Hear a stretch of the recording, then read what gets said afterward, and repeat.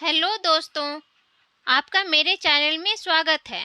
दोस्तों, बच्चों के लिए फनी स्टोरी का अपना ही अलग महत्व होता है।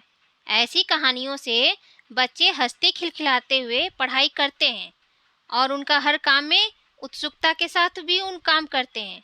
बच्चों के लिए मज़ेदार कहानियाँ न सिर्फ उनका मनोरंजन करती है, बल्कि उनके बौद्धिक विकास में भी मदद करती है। इसलिए आज हम छोटे बच्चों के लिए मज़ेदार कहानियाँ लेकर आई हूँ। कहानी का नाम है चूहिया के स्वयंवर। गंगा नदी के तट पर एक धर्मशाला थी। वहाँ एक गुरुजी रहा करते थे। वह दिन भर तप और ध्यान में लीन होकर अपना जीवन यापन करते थे। एक दिन जब गुरुजी नदी में नहा रहे थे, उसी समय एक बाज अपने पंजे में एक चूहिया लेकर उड़ा जा रहा था। एक बाज गुरुजी के ऊपर से निकला तो चूहिया अचानक बाज के पंजे से फिसलकर गुरुजी के अंगुली में आकर गिर गई। गुरुजी ने सोचा कि अगर उन्होंने चूहिया को ऐसे ही छोड़ दिया तो बाज उसे खा जाएगा। इसलिए उन्होंने चूहिया को अकेला नहीं छोड़ा और उसे पास के बरगद के पेड़ के नीचे रख दिया और खुद को शुद्ध करने के लिए फिर से नहाने के लिए नदी में चले गए। नहाने के बाद गुरुजी ने अपनी शक्तियों का इस्तेमाल करके चूहिया को एक छोटी लड़की में बदल दिया और अपने साथ आश्रम ले गए। गुरुजी ने आश्रम पहुंचकर सारी बात अपनी पत्नी को बताई और कहा कि हमारी कोई संतान नहीं है, इसलिए इसे ईश्वर का वरदान समझकर स्वीकार करो और इसका अच्छे से लालन पालन करो। फिर उस लड़की ने स्वयं गुरुजी की देखभाल में धर्मशाला में पढ़ना लिखना शुरू कर दिया। लड़की पढ़ने में बहुत होशियार थी। यह देखकर गुरुजी और उनकी पत्नी को अपनी बेटी पर बहुत गर्व होता था। एक दिन गुरुजी को उनकी पत्नी ने बताया कि उनकी लड़की अब विवाह के योग्य हो गई है। तब गुरुजी ने कहा कि यह विशेष बच्ची एक विशेष पति के हकदार है। अगली सुबह अपनी शक्तियों का उपयोग करते हुए गुरुजी ने सूर्यदेव की प्रार्थना की और पूछा, हे सूर्यदेव, क्या आप मेरी बेटी के साथ विवाह करेंगे? यह सुनकर लड़की बोली, पिताजी, सूर्यदेव पूरी दुनिया को रोशन करते हैं, लेकिन वह असहनीय रूप से गर्म और उग्र स्वभाव के हैं। मैं उनसे शादी नहीं कर सकती। कृपया मेरे लिए एक बेहतर पति की तलाश करें। गुरुजी ने आश्चर्य से पूछा, सूर्यदेव से बेहतर और कौन हो सकता है?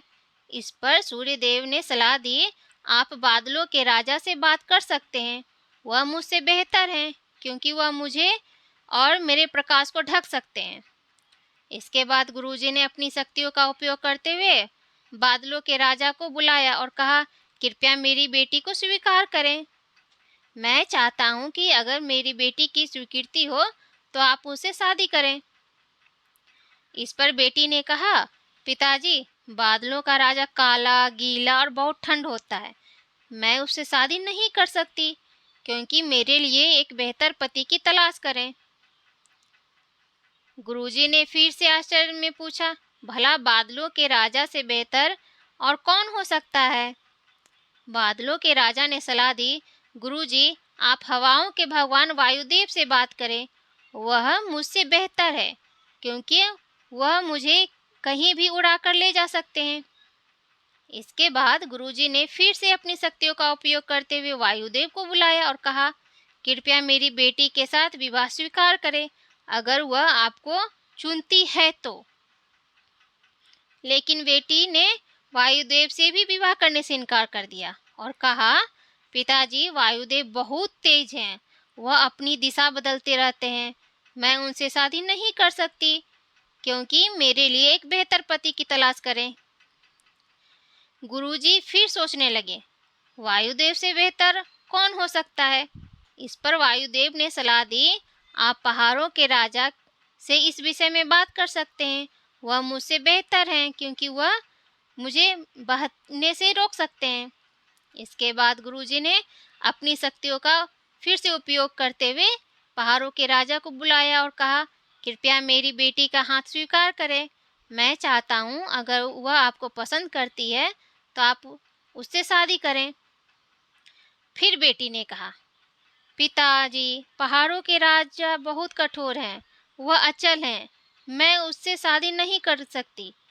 कृपया मेरे लिए एक बेहतर पति की तलाश करें। गुरुजी ने कहा, पहाड़ों के राज से भी बेहतर और कौन हो सकता है। पहाड़ों के राजा ने सलाह दी, गुरुजी आप चूहे के राजा से बात करके देखिए, वह मुझसे बेहतर है क्योंकि वह मुझ में छेद कर सकता है। आखिर में गुरुजी ने अपनी शक्तियों का उपयोग करते हुए चूहे के राजा को बुलाया और कहा, कृपया मेरी बेटी का हाथ स्वीकार करें। मैं चाहता हूं कि आप उससे शादी करें अगर वह आपसे शादी करना चाहे। जब बेटी चूहे के राजा से मिली तो वह खुश होकर शादी के लिए राजी हो गई। गुरु ने अपनी बेटी को एक सुंदर चूहिया के रूप में वापस बदल दिया। इस प्रकार गुरुजी की बिटिया चूहे का स्वयंवर संपन्न हुआ। हमें इस कहानी से क्या सीख मिलती है? बच्चों, हमें इस कहानी से सीख मिलती है कि जो जन्म से जैसा होता है उसका स्वभाव कभी नहीं बदल सकता है। तो यह कहानी थी चूहिया के स्वयंवर। अगर आपको यह कहानी पसंद आई होगी तो please like this video, share and subscribe my channel. Thank you.